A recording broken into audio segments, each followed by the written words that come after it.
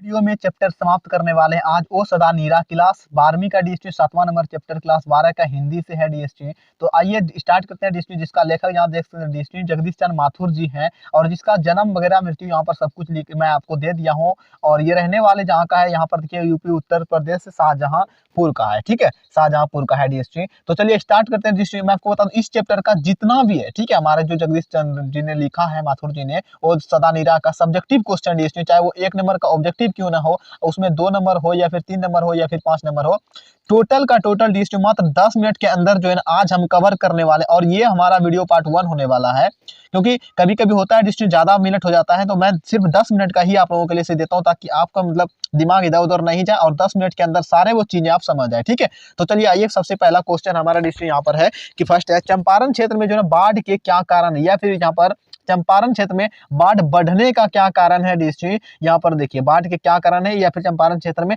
ज्यादा बाढ़ जो हो जाते हैं उसके बाढ़ यानी कि पानी जो ज्यादा आ जाते हैं, बहुत ज्यादा पानी आ जाते हैं, उसका क्या कारण है। सबसे पहले एकदम अच्छे तरीके से क्वेश्चन को पकड़िए और आंसर आपको दिमाग में फक से बन जाएगा। वो कैसे बन जाएगा बस आप वो हम पे छोड़ दीजिए। ठीक है, हम ये नहीं कहते हैं कभी लाइक करो, चैनल को सब्सक्राइब करो, लास्ट में जरूर कहेंगे और आपका दिमाग खुद ये बात कह देगा कि सर जी को इतना सिखा दिया तो करना चाहिए। ठीक है, इतना चीजें आपको बता दिए तो करना चाहिए, आप खुद बोल दोगे, आपका दिमाग बोलेगा। चलिए डीएसटी सबसे पहले आप क्वेश्चन को पकड़िए। चंपारण का किस राज्य में डीएसटी? चंपारण जो हमारे बिहार राज्य में है डीएसटी। मैं आपको बता दूं चंपारण क्षेत्र जहां की गांधी जी खुद आए थे। ठीक है, तो यहाँ पर कुछ गांधी जी की भी बातें होंगे, सारे जानकारी देने वाला हूँ, ऑब्जेक्टिव सब्जेक्टिव भी मिलेगा आपको यहाँ पर। ठीक है, तो चलिए अब स्टार्ट करते हैं डीएसटी मंजा स्टेशन। आपको स्वागत है। क्लास 10 और 12 डीएसटी मैं आपको बता दूं 10वीं और 12वीं दोनों पर आता हूँ हिंदी मीडियम से।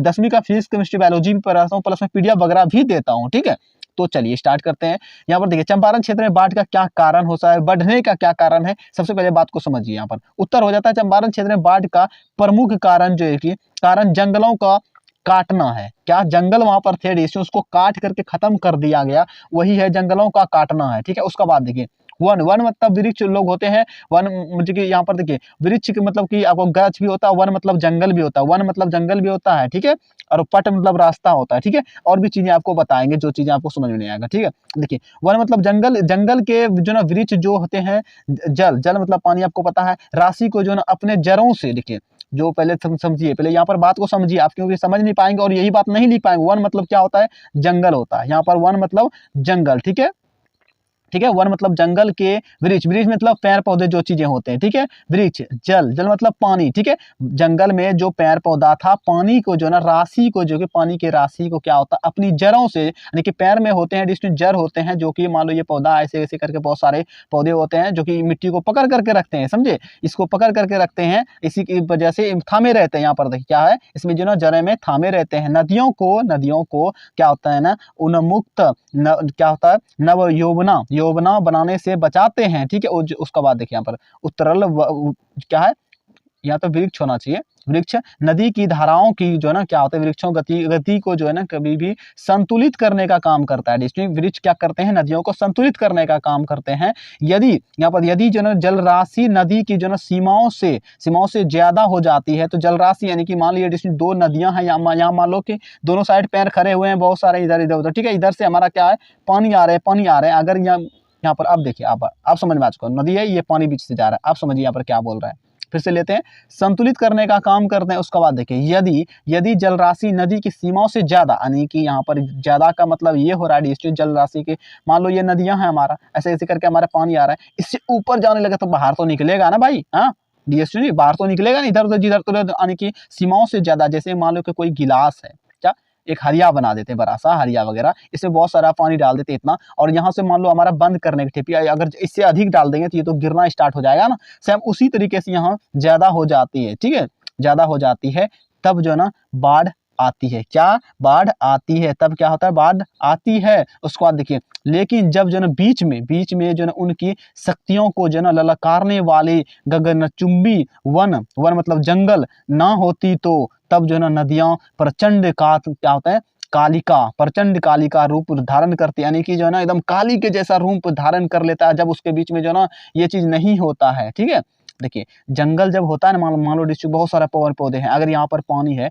जब वो जो हिलोर मारता है ना, हिलोर मारता है कि बहुत सारा वो देखते हो कभी ऐसे उठता हुआ पानी भागता है, ये जो पेड़ पौधे होते हैं ना, ये उस जो बहुत ज़्यादा जो थरथरान होते हैं, ये जो है ना रोक लेते हैं, समझे, बात समझ में आ चुका हो, रोक लेते हैं उसको, कंपन को रोक लेते हैं डिस्ट्रिक्ट पेड़ पौधे, तब उतना ज़्यादा जो है ना पानी को नहीं जाएगा और अस्थिर से पानी निकलेगा, जिधर भी निकलेगा, नहीं किसी का घर बहेगा, नहीं कुछ और होगा। ठीक है, यहाँ पर ये होते हैं, रूप धारण कर लेती है एकदम से काली की चंडी के जैसे क्या होता है, रूप धारण कर लेती है। वृक्ष जो ना उस प्रचंडिका को जो ना रोकने वाला है, क्या वृक्ष करते हैं, क्या रोकने का काम करते हैं। आज चंपारण में वृक्ष को जो ना काट कर जो क्या होता है, कृषि युक्त जो ना समलता भूमि बना दी गई है। कि वृक्ष को काट करके, जंगल को काट करके क्या किया, कृषि उपजाने के लिए, धान वगैरह युक्त करने के लिए उन्हें युक्त बना दिया गया है। ठीक है, उन्मुक्त नव यौवना को जो रोकने वाला कोई नहीं रहा, इसीलिए से अपनी ताकत का जो ना एहसास कराती है। लगता है कि मानो जो ना मानव के कर्मों पर जो ना अट्टहास जो ना करने के लिए से, उसे दंड देने के लिए से जो ना नदी भयंकर बाढ़ आते हैं, भयानक बाढ़ जो ना आते हैं। नदी खुद जो ना एकदम जैसे लगता है कि प्रसिद्ध हो गया है मानव को जो ना दंड देने के लिए से। तो ये चीजें आपको समझ में आ चुका होगा कि जंगल, ये चंपारण जो है हमारे यहाँ पर कैसे मतलब कि बाढ़ वगैरह आते हैं। ठीक है, यहाँ पर आप देखिए हमारा अगला यहाँ पर होगा हमारा दूसरा नंबर क्वेश्चन होगा। ठीक है, ये चीजें आपको समझ में आ चुका होगा, चंपारण में बाढ़ कैसे आते हैं, बढ़ते कैसे हैं, पहला बार समझ में आ चुका हो। तो चलिए हम दूसरा को स्टार्ट करते हैं डीएसटी।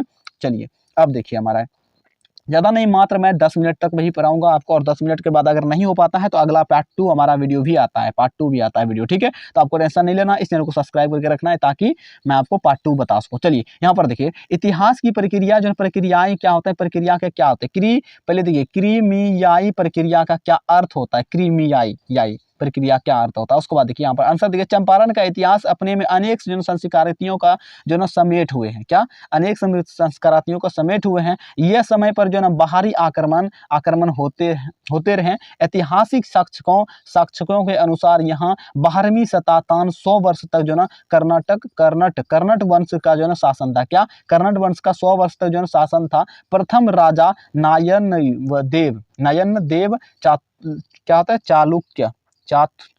चालुक्य निरिपात शाह के पुत्र, जो पुत्र होते हैं विक्रमादित्य, इसे फिल्मों में देखा है, तो यहाँ पर मादित्य लिखा से के जो ना सेनापति नेपाल और मिथिला की विजय जो ना यात्रा पर जो ना आए हुए और बस गए, यहीं पर बस गए। इसके जो ना फलस्वरूप सिंदूर दक्षिण भारत का रक्त तथा संस्कृति का प्रदर्शन का जो ना संस्कृति में घुल मिल गया था, और यहाँ की जो ना निधि बन गया। ठीक है, यहीं की चीजें वो बन गए। उसके बाद क्रीमियाई प्रक्रिया से तात्पर्य यह प्रकार जो ना इस प्रकार का होता है कि घुल मिल जाना। इस जो ना सा का अशाब्दिक अर्थ रासायनिक प्रक्रिया है। उसके बाद देखिए यहाँ पर, जिसका विशेषण अर्थ हुआ विविध रक्त समूह परस्पर सम्मिलित, जिसे क्या होता है, प्राकरंत्रण में रासायनिक मिश्रण प्रक्रिया कहा जा सकता है। ठीक है, उसके बाद देखिए, इस पर में जो बसने वाले लोगों में परस्पर वैवाहिक जो संबंध स्थापित होते गए, यानी कि यहाँ पर ये हो गया डिस्ट्रीब्यूशन, शादी ब्याह करने लगा उधर से, जो दूसरे इधर से आए थे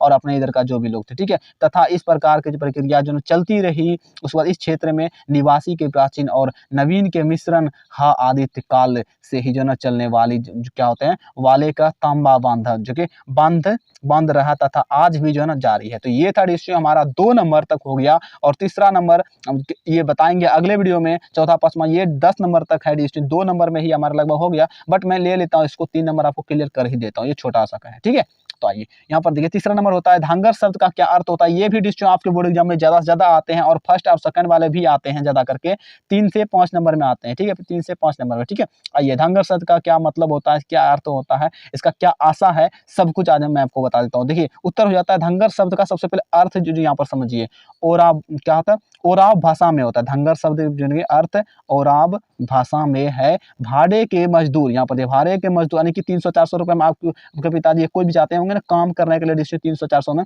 उसी को कहते हैं भाड़े के मजदूर जो है ना। धांगर के आदिवासी जाति, यहाँ पर धांगर लोग जो होते हैं आदिवासी जाति, जिसमें जो है ना 18वीं शताब्दी अंत में जो ना नील की खेती के लिए से सिलसिले में दक्षिण बिहार के छोटा नागपुर पठार में चंपारण के इलाके में लाया गया था। क्या डिस्ट्रिक्ट फिर से लेते हैं क्योंकि ये इंपॉर्टेंट है, धांगर शब्द का अर्थ और जो ना ओराव होता है, ओराव भाषा में होता है। ठीक है, उसके बाद देखिए क्या, और उसके बाद देखिए यहाँ पर भाड़े की जो ना मजदूर को कहते हैं धंगरी। ठीक है, या फिर धांगर, भाड़े के मजदूर को धांगर एक जो ना आदिवासी जाति है। धांगर क्या है, एक क्या है, आदिवासी जाति है, जिसमें कि 18वीं शताब्दी में, 18वीं शताब्दी में जो ना अंत में जो नील, यहाँ पर देखिए नील की खेती करने के लिए सिलसिले में, नील की खेती करने के सिलसिले में दक्षिण बिहार, ठीक है, दक्षिण बिहार छोटा नागपुर पठार से चंपारण, छोटा नागपुर पठार से जो है ना चंपारण में जो ना लाए गए थे, ठीक है, चंपारण के इलाके में जो ना लाया गया था। इसमें देखिए धंगर जाति, आदिवासी जाति और मुंडा, लोहार इत्यादि के जो ना वंशज हैं,